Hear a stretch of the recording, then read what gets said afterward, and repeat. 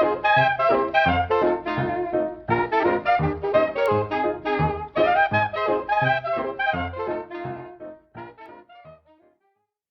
sir. Welcome back. How's it going? Yeah, pretty good. Yeah. Pretty good.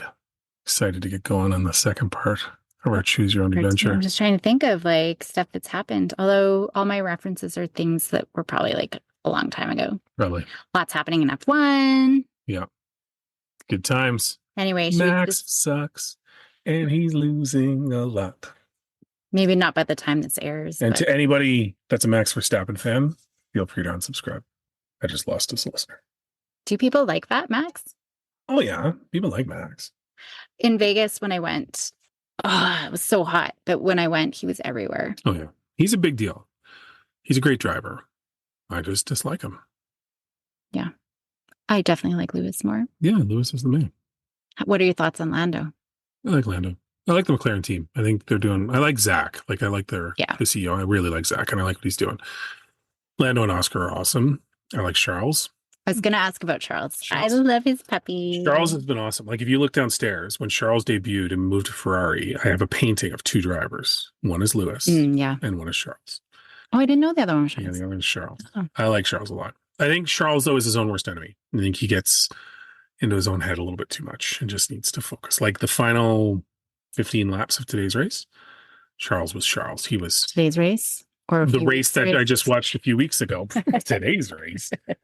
He was awesome. He was foot down into the accelerator and did what he needed to do, right? But he's also the same guy that could be foot down into the wall and gets himself. Maya likes him because he's cute. He's not tough on the eyes. Like although like she likes him as a driver too. Yeah, but he is cute. His brother's pretty cute too. Oh, is he? Yeah, Arthur was on the TV a few weeks ago when I watched that one race that we're not referencing. I might have to check it out. He's not as cute as Charles. Sorry, Charles. What was really interesting to me was, you know how at the end of the race, the drivers are always talking about their principals and congratulating and this and that. Charles spoke almost exclusively in Italian to the Italian paddock. Oh, really? Yeah. And he's from Monaco. And it was fluent. Like it wasn't choppy at all. Oh, wow. And then in his post-race, he switched between French, Italian, and English just seamlessly. And poor Nico Rosberg had no idea what he was saying. Like when he asked him, what are your thoughts on whatever, he answered in full Italian for like 45 seconds. And Nico just sat there and said, well, to translate, I think what you're saying is, it was really funny. Oh, that's funny. Yeah. I do wish we and the girls had more languages. Maya's really bumming. And she's gone to start university and she's met all these friends. And she's like, I'm the only one. There's a British guy who only speaks English. Everybody else has at least 2 or 3 languages. Mm-hmm. And she's bumming. So she realizes she's not 70, right? She's not even 18. She could learn. She could learn. There you go. I know. So what she's doing is walking around with an unlit candle in the dark. Apparently. Hey, tying in last week's. Well, talking about last week's episode, I had talked about, should we be talking about our kids' feelings so much? And you had a resounding no. Yep. And we talked about just how when we focus too much on them, kids start believing that they're truth. I want to clarify the one statement, though. It's not that I don't think that we should acknowledge the feelings. It's that I think we put them at the forefront of too many things and make them the driving force behind actions and decisions. And we can, yeah, absolutely. We want to validate. That sucks, right? That's disappointing. That bummer. Like I'm all about adjectives, right? But then we're putting it back in their lap. What are you going to do? Do listen to last week's, because I talk about, right, like it's up to them now to cope. It's not up to us to make them feel better, or because we're crippling them. If we try to make them feel better, if we try to fix the problem, if we try to do any of those things to make the situation better, we're actually crippling them because they're not learning to problem solve, to figure things out, to cope with those emotions. But where I was going, like what we talked about last week, was them believing their feelings as reality all the time without critically thinking. Yes. So yes, sometimes they are valid 100%. And, someone was being really mean. And so, I am right to defend myself. But when we don't think about them critically and looking at the bigger picture, right, is really important. The other piece that I was going to go to today was just looking at putting too much focus on feelings sort of gets kids stuck. Mhm. So what I mean by that is, we'll use an example of, well, I'm always talking about being an emotion coach. That's what we need to do, right? Coaches don't sit there and like, let's talk about your feelings, right? It's just, okay, I know you're nervous. What's your next step? Yeah. Right. And so they're focusing on this action orientation versus state orientation, which is how are you feeling? Right. So if you use an example of a kid's learning to ride a bike, okay, and he falls off the bike. What do you think would happen if we're like, oh my gosh, we run to him. Oh my gosh, are you okay? How are you feeling right now? What would happen? He'd be freaking out because he was in pain. Right. In pain. I'm sad. I'm upset. That kid is not going to get back on that bike, right? If we are sitting there focusing on the feelings, it stunts them, right? They get stuck in this spiral. Same thing like with the depressed kid or anybody, if we say, hey, how's it going? Most of the time, to be polite, people will be like, oh, I'm fine. But if they aren't and they tell their truth, it's probably almost, oh my gosh, I'm stressed or I'm really depressed or I'm really and it just pulls everybody down, right? It's not helpful at all to ever ask, really, how are you feeling? And now they're focusing on maybe that kid didn't even realize that he was scared or hurt or anything. But now we're putting all that focus on. Versus a coach would be like, oh man, that sucks. Oh, yeah, your knee. I see it, dude. We'll grab a Band-Aid in a second. Let's get back on. Yeah, we got a job to do. Yeah, exactly. And I think that's an important thing because I think there's time to process feelings after the initial moment. Like, I think a lot of people think that by not spending the time in the moment to deal with it, you'll never give an opportunity to it. But at the same time, there's the potential for you to just push through and then at the end go, man, that was something after your fall. I bet you were, or what were you thinking when that happened? But I'm proud of you. You got through it. And they'll be like, yeah, I was so scared, but I wanted to get it done. They'll always go in a positive bent. We've seen that. We've seen our kids have to push through. And yeah, they're upset and that kid's mean and I got hurt. And okay, but you still got to get this done. So get it done and then we'll talk about it. Right. And the perspective is much different unless they get hurt again, which has happened, in which case you've usually lost them for that situation. It's like, you got smashed twice. All right, we're done. But I think there's an opportunity to give them the chance to remedy the situation or push through the situation or the challenge before you make them come back. Because it's kind of like that, take a minute before you hit send on an email, right? Take a minute and walk away and really process it before. And then is it really what you're trying to do? It's the same thing. Let's just get through it, take a beat, and then come back and revisit it in a way that's like, hey, man, good job. I'm proud of you. This is what I saw. What were you going through? Tell me what you were going. And the story would probably be amazing, right? So I think it's important to, like we said, acknowledge it, to explore it. But to your point, it doesn't have to be in that particular moment because there's no benefit to it in the heat of the moment. Yeah. There's just not. And even aside, well, and I guess that brings me back to the example that I used last week with Willow's hair, right? Yeah. Like she spent a lot of money of her own money and she didn't like the outcome.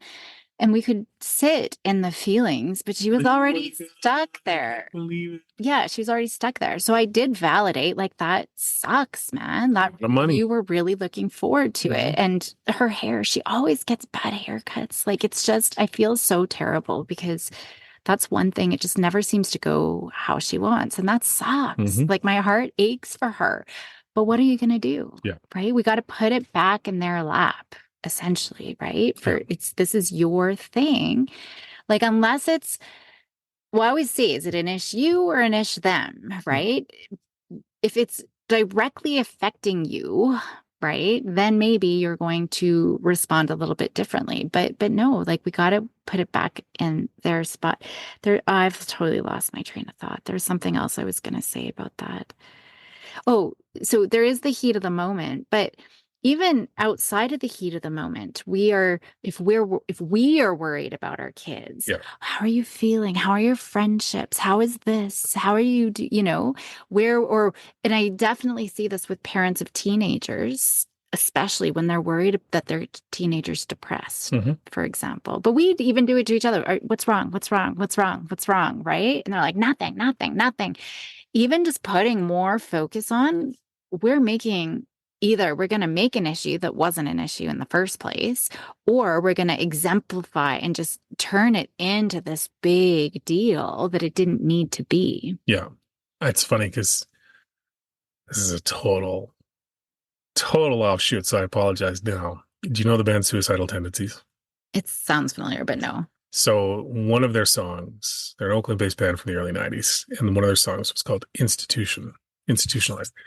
And it's literally a guy, a teenager, talking about how his parents keep, what's wrong with you? Why are you so depressed? And his response was, I'm not. I just want a Pepsi. I just want to chill and have a Pepsi. They're like, what's wrong with you? Why are you? And the whole song progresses in this cadence of, the whole chorus is him screaming, I just wanted a Pepsi. And they're like, why are you freaking out?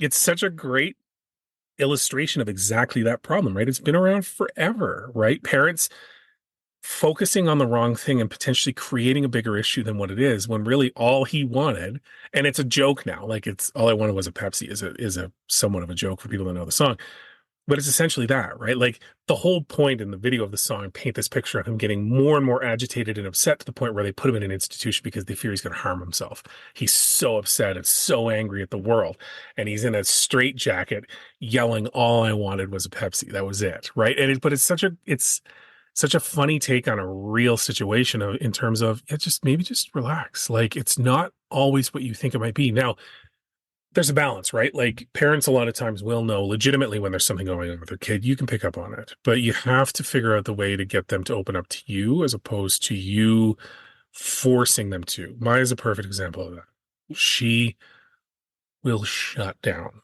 and she will just, and gone. Like literally will walk out of the room physically as opposed to have the conversation. But if you just kind of let it simmer, you especially, she'll do this with, she'll come back and she'll curl up with you and she'll just start chatting, right? And it's an important distinction because had you kept chirping, it never would have happened, right? And Willow's the same. Willow, when she's upset, is much more emotive about it. You still have to give her that chance to come back and her initiate it, knowing that you're willing to talk. Otherwise, they're done. They won't do anything. And the door's here if you want to chat. Yeah. And even when they do, I'm not like, oh my gosh. It's just, I'm there as the listener and validating, right? Well, and it's the old technique too of, when you get into situations like that, ask them, are you looking for commiseration or solutions? Like, are you looking for someone to listen or help you fix it? And let them decide. And most of the time, I just want to tell you, I just want to talk. Yeah. Cool. Most of the time, they aren't, all they're looking for is your presence. You don't even need to say anything. Most of the time, that's all they want. It's just. Is that every parent, or is that just because you and I are so good that our presence just fixes everything? Like I walk into a room and my kid's like, oh, Dad's here. It's actually true, like for pretty much all of our kids. Well, and we've seen it. This is obviously a much smaller scale, but we've talked over the past couple episodes about how the girls have had to be independent, how the girls have had to do a lot of things on their own the past few weeks because our schedules haven't lined up, right? We're at an age where the kids are old enough they can take care of themselves, and we've had to leverage that, right? We're not there to drive them. How are you going to get there, right? We're not there to make this appointment. How are you going to do that? And the result was they just wanted us to come home, not because they needed us, but because they wanted us to be around. And it's a cool place to be in when your kids want, and we talked about this the other day too. We're very lucky that our kids are annoying and call us all the time and hang out with us. And we can rarely get a chance to hug each other without one of the children popping up like some weird Muppet. But it's cool, right? Because and again, this isn't a pat your back episode, like pat ourselves on the back episode. We've obviously got challenges, but we're very lucky that our kids don't hate us, right? Yeah, we annoy them. And yeah, there's sometimes they don't want anything to do with us. But for the most part, they're completely content just chilling with us because we try, whenever we can, to not barrage them with stuff. And when we do, we're usually pretty quick to pick up like, oh, we're doing that, right? And kind of course correct as much as we can. Because that's the thing, right? We've talked about this on a ton of episodes, which is the second, not even the second anymore, with cell phones and social media, they get barraged at home too. But simplistically, the second they leave the house, it's a barrage. It is people coming at them, school coming at them, teacher coming at them, They just need a place where they can they can pull into harbor for the night and not get battered around anymore. Yeah. Right. That's it. And yes, you have to be engaged. Yes, you have to listen. Yes, you have to make sure that your kids are doing things in the best way they can, but also you can't make that decision for them. Right. And that's where I think a lot of parents fall down. Well, listening is just the big one. And it's been really cool because the first couple of days for university, like Maya was really scared, really nervous, didn't want to go to the orientation. But even just after the 2 orientation days, she wasn't even off campus. She was already calling me. I was the first person that she called. Oh my gosh, I got to tell you about my day. This is bad. And I met this person and I met Papa and I met Papa and like name and where they're from and what they talked about. And then she's like, oh, I'm just going to get on the C train or like, and then, but then in that time before she could call me again, she was sending me pictures that she had taken all day and all the friends that she had met. And that's really cool. Yeah. And it's because we listen and we've talked a lot about that. But not focusing on it's usually our worries, what we're worried about for our kids. And I could have, because I knew how nervous and stressed out I could have. How are you feeling? And like, I could have been asking all the questions or things that I would have been worried about or that I was worried she was worried about, but I didn't. Well, I it was a just big leap, opened it right? up. Like, Yeah. and you're absolutely right. Because for her in particular, I'm trying not to share too much of her life because it's her life, but there was a lot of stuff going on for her other than that. That's true. Right? Friends were leaving for university. Boyfriend was getting settled in. She was anxious about her stuff. Like, Well, everybody left. She's the only one going to local right? university. Yeah. And so she's dealing with all that and then trying to get in the headset to be ready for her own thing. We weren't there for any of it. We missed the whole week. I was there for Monday night because I came back, right? But we weren't there for any of it. That's true. Right. And so I wasn't sure how it would go. I wasn't sure if it would go to, but at the end of the day, it was a great reinforcement that when she asked for help, I could help her, which was simple. She's like, what do I need to do to take the trains? She's never really had to take the trains before. Only because other kids never were allowed to take the train. I wanted her to. Yeah, but now she loves it. Yeah. She's like, oh, this is way better. Yeah. And which is funny because now she looks down on the people that have to take the bus. She thinks the bus is trash. I'm like, dude, it's the same transit system. But giving her what she needed to have one less thing to worry about without stunting it and solutioning it. It was, hey, I don't know what train's cool. I'll find you a map and then I walk through it. And she figured it out. She's like, oh, I need to go here and here. Yeah, cool. Remember, red to school, blue to home, right? Like it's essentially your lines. And well, even for Tuesday, we're supposed to go run an errand and you were like, just take the train all the way down and dad can meet you there. Oh, and both of us went, oh yeah. And normally she'd be like, nah, I don't know. And she's like, yeah, that might work. And she'll just do that. C train is way easier. Like it's a little sketch downtown. It would take her a lot longer to drive. Oh, driving would be the worst. And parking. Well, did she tell you how much parking was? No. For a pass for the year for just the standard $2,400. Wow. $2,400. Now, C train pass is only going to be about half that, so it's still insane when you take it into account. But that's 12 months as opposed to 6 or 8, whatever the university is. It's a sidetrack. So yeah, all that to say, you and I in this situation weren't in a position to helicopter in and solution everything, nor would we have. Right? Even registering. This isn't working. This isn't working. This isn't working. Cool. Is there something specific you need my help with? Well, I don't know what to do. Well, you've got 2 options. You can keep doing this or you can call these people. Okay, I'll do that. Cool. Well, but even still, like I thought like at first, but then like she couldn't, she had put a hold on courses, but then some she needed prerequisites or they were full or overlapped or whatever. She figured it all out. Yeah. Like she's taking courses I had no clue were even on her radar. Real good chance that she's not going to get a degree because she's picked the wrong courses. We don't know. We don't know. It could be 8 years from now. She's going to be like, why haven't I graduated? Figured out mine or yours. Like I never figured out university, full stop. So but all this to say, I mean, if we're doing good, I've said this way like tons. If we're doing good, our kids are doing good too. And we just have to start believing that they're okay. Because otherwise, all this worrying is going to we're just pathologizing and we're just creating people that are incapable of functioning if we don't, right? And you have to set them up with the tools to go learn how to do it themselves. That's it. Mm-hmm. And yeah, they're going to fail. And yeah, they're going to meet people that are jerks. And yeah, they're going to have situations that aren't cool. They need those situations. They need them. We needed them to learn ourselves. Yeah. So they need them. 100%.